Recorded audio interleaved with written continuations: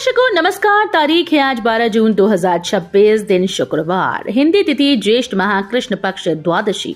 आइए नजर डालते हैं हमारे प्यारे राज्य हिमाचल प्रदेश की तमाम बड़ी खबरों पर।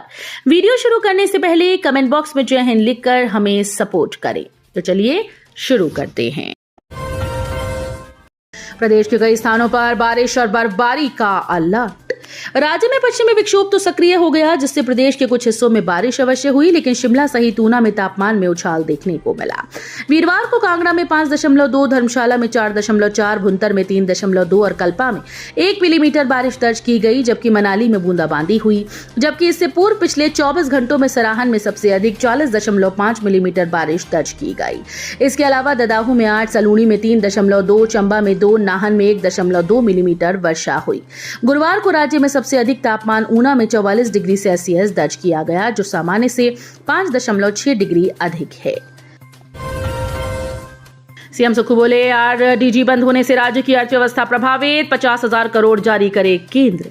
मुख्यमंत्री सुखविंदर सिंह सुक्खू ने गुरुवार को नई दिल्ली में प्रधानमंत्री नरेंद्र मोदी की अध्यक्षता में आयोजित नीति आयोग की 11वीं गवर्निंग काउंसिल बैठक में भाग लिया। बैठक का विषय विकसित भारत के लिए समावेशी मानव विकास था। बैठक में देश भर में समावेशी विकास सुनिश्चित करने और विकसित भारत के दृष्टिकोण को ठोस परिणामों में परिवर्तित करने की रणनीतियों पर विस्तृत चर्चा की गई।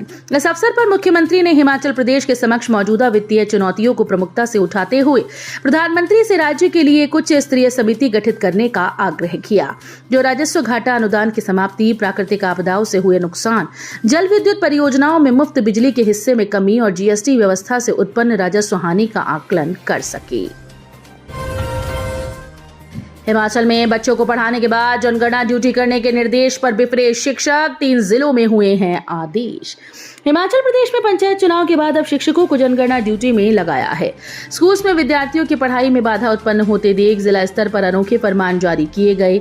शिक्षकों को निर्देशित किया गया कि पहले स्कूल्स में कक्षाओं में जाकर बच्चों को पढ़ाएं, इसके बाद वे जनगणना का कार्य करें। चंबा, कुल्लू, हमीरपुर में प्रशासन की ओर से इस प्रकार के आदेश जारी किए गए हैं। इन आदेशों को लेकर शिक्षकों ने आंदोलन की चेतावनी दी। ज्वाइंट टीचर्स फेडरेशन ने कहा कि 3 जिलों के उपायुक्त द्वारा शिक्षकों को विद्यालय समय समाप्त होने के बाद जनगणना कार्य में लगाने के निर्देश गलत हैं। हिमाचल के लोक कलाकार डॉक्टर जोगिंद्र हाबी को मिलेगा संगीत नाटक अकेडमी पुरस्कार, राष्ट्रपति करेंगे अलंकृत। जिला सिरमौर के राजगढ़ उपमंडल के अंतर्राष्ट्रीय ख्याति प्राप्त लोक कलाकार और world record holder doctor Joginder हाबी का चयन देश के सर्वोच्च सांस्कृतिक सम्मानों में से एक संगीत नाटक अकादमी पुरस्कार 2025 के लिए किया गया। लोक नृत्य और लोक संगीत के संरक्षण, संवर्धन और प्रचार प्रसार के क्षेत्र में उनके उल्लेखनीय योगदान के लिए ये प्रतिष्ठित राष्ट्रीय सम्मान महामहिम राष्ट्रपति के द्वारा प्रदान किया जाएगा। बता कि डॉक्टर हाबी पिछले 3 दशकों से अधिक समय से हिमाचल प्रदेश की विलुप्त प्राय लोक विधाओं के संरक्षण के लिए समर्पित भाव से कार्य कर रहे हैं। अपने सांस्कृतिक गुरु पद्मश्री विद्यानंद सरेख के साथ उन्होंने ढोडा, हाटी की नाटी, सिंगटू नृत्य, बढालटू नृत्य और डग्याली नाच जैसी लोक विधाओं पर गहन शोध और अध्ययन किया है। पहाड़ों का ग्रीन गोल्ड सिर्फ सब्जी नहीं, विटामिन ए, बी कॉम्प्लेक्स और आयरन फाइबर का खजाना। गर्मियों के मौसम में हिमाचल प्रदेश की हरी भरी पहाड़ियों और धौलाधार की वादियों में प्राकृतिक रूप से उगने वाला जंगली पौधा लुंगड़ू आज भी लोगों के जीवन, स्वास्थ्य और आजीविका से गहराई से जुड़ा है। प्रकृति की गोद में पनपने वाला ये पौधा केवल एक मौसमी सब्जी नहीं, बल्कि पहाड़ी संस्कृति, परंपरा और खान पान की जीवंत पहचान है। हिमाचल प्रदेश में अप्रैल से सितंबर तक मिलने वाला लुंगड़ू अपने औषधीय गुणों, अनोखे स्वाद और पोषक तत्वों के कारण विशेष महत्व रखता है। इसे कई क्षेत्रों में लिंगड़ और खसरोड़ के नाम से भी जाना जाता है। Vitamin A, B complex, iron, folic acid और फाइबर से भरपूर ये पौधा स्वास्थ्य के लिए बेहद लाभकारी माना जाता है। गाय के पेट से निकला 7 किलो प्लास्टिक पत्थर और सिक्के, डॉक्टर्स ने ऐसे बचाई जान। पशु चिकित्सा विभाग की तत्परता, आधुनिक चिकित्सा सुविधाओं और विशेषज्ञ चिकित्सकों की कुशलता के चलते तहसील अंब के सोहारी गांव की एक गाय को नया जीवन दान मिला। बहुआयामी पशु चिकित्सालय और पशु चिकित्सा पॉलिक्लिनिक लल्लड़ी में किए गए सफल ऑपरेशन के दौरान गाय के पेट से लगभग 7 किलोग्राम प्लास्टिक, 2 पत्थर और 3 सिक्के निकाले गए। HRTC की इलेक्ट्रिक बसेस का ट्रायल पूरा। 295 में से शिमला डिपो को सबसे ज्यादा गाड़ियां भेजने की तैयारी।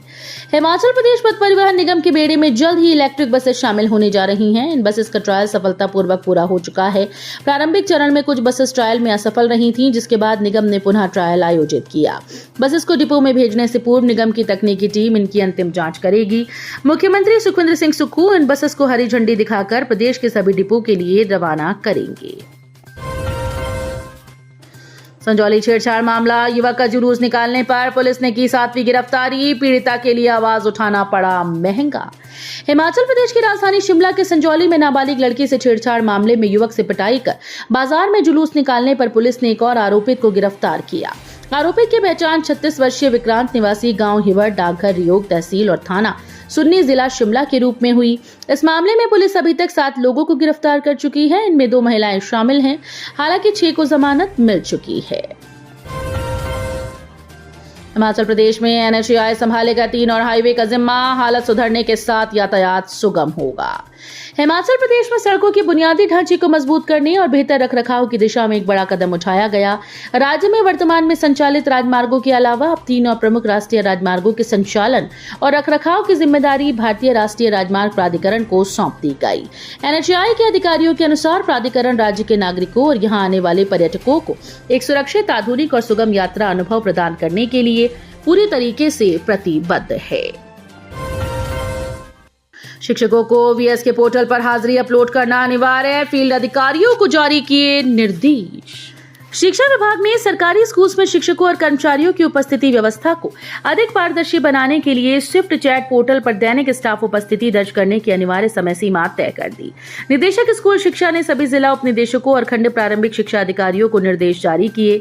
निर्देशों के तहत सभी स्कूल प्रमुखों को प्रतिदिन शिक्षकों और कर्मचारियों की चेक इन और चेकआउट उपस्थिति निर्धारित समय के भीतर पोर्टल पर अपलोड करनी होगी। नई व्यवस्था पूरे प्रदेश में एक समान लागू होगी और इसकी नियमित निगरानी की जाएगी।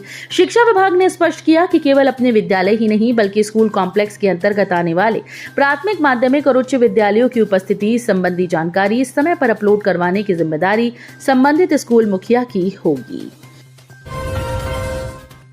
सरकार ने पंजाब को गैंगस्टर, ड्रग्स और कर्जे में डुबोया। अब भाजपा की तरफ उम्मीद।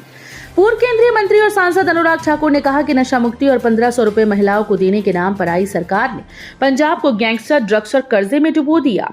PGI सैटेलाइट के निरीक्षण को पहुंचे अनुराग ठाकुर ने पत्रकारों के सवालों का जवाब देते हुए कहा कि 10 वर्षों में पंजाब को सरकारों ने बुरी तरह से बर्बाद किया है।